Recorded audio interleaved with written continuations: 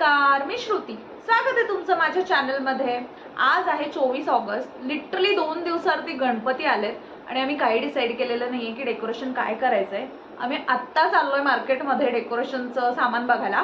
So बघूया काय decoration करतो आणि काय फायनली आमचं डिसाईड होतं ते. चला. सगळ्यात आधी आम्ही गेलो हार्डवेअरच्या शॉपमध्ये. तिथे जाऊन आम्ही स्टँडसाठी लागणारं सामान विकत घेतलं. तिकडून मग अजून 1-2 दुकानांमध्ये गेलो. तिथे थोड्याफार काही गोष्टी आवडल्या, त्या पण घेतल्या आणि मग आम्ही घरी आलो. घरी येऊन थोडं सामान सॅग्रिगेट केलं, काय काय हवंय काय नकोय ते बाजूला काढलं आणि मग डेकोरेशनला सुरुवात केली. सो सगळ्यात आधी मी जे आहे ते स्टँड आम्हाला जे बनवायचं होतं बाप्पाच्या मखरासाठी ते बनवून घेतलं.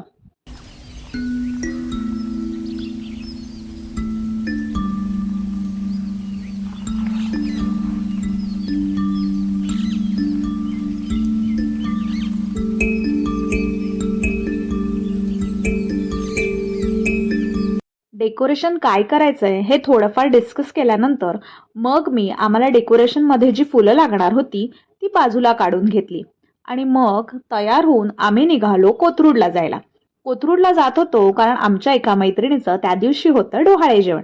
आम्ही हॉलवर पोचलो आणि त्या हॉलमध्ये इतकं सुंदर डेकॉर केलं होतं, खूप भारी होतं. त्याच्यानंतर तिथे तिच्या आवडीचे सगळे खायचे पदार्थ इतक्या सुंदर पद्धतीने मांडले होते आणि ते झाल्यावरती सगळ्यात महत्त्वाचा पाठ म्हणजे पेढा की बर्फी निवडायचा.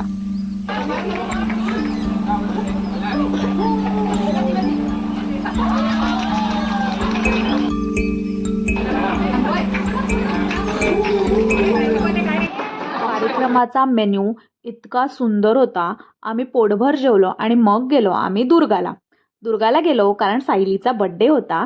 तिथेच आम्ही तिचा बड्डे सेलिब्रेट केला.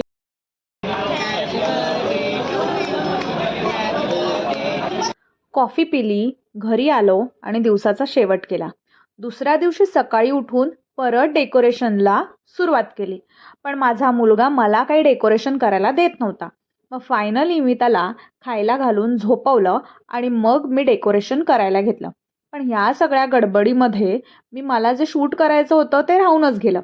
मग मला जेव्हा आठवलं तोपर्यंत अर्धं डेकोरेशन माझं झालं होतं. असा काहीसा थोडाफार त्या डेकोरेशनचा रिझल्ट होता. फायनल डेकोरेशन आमचा बाप्पा घरी आल्यानंतरच मी तुम्हाला दाखवेन. ते सगळं झाल्यावरती मी बाप्पासाठी छान असा कापसाचा हार बनवायला घेतला. मी तुम्हाला दाखवते की तो कसा बनला होता. तुम्हाला सुद्धा जर का तो घरी बनवायचा असेल तर मी ह्याची व्हिडिओ जी आहे ती ऑलरेडी चॅनलवरती पोस्ट केलेली आहे. त्याची लिंक जी आहे ती मी डिस्क्रिप्शन बॉक्समध्ये तुम्हाला देते. तुम्हाला सुद्धा ट्राय करायचं असेल तर तुम्ही नक्की ट्राय करून बघा. खूप सोप्या पद्धतीने मी बनवला होता.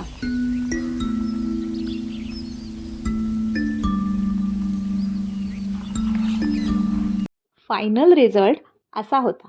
तुम्ही पण नक्की ट्राय करून बघा. चला बाय, भेटूया नवीन व्लॉगमध्ये.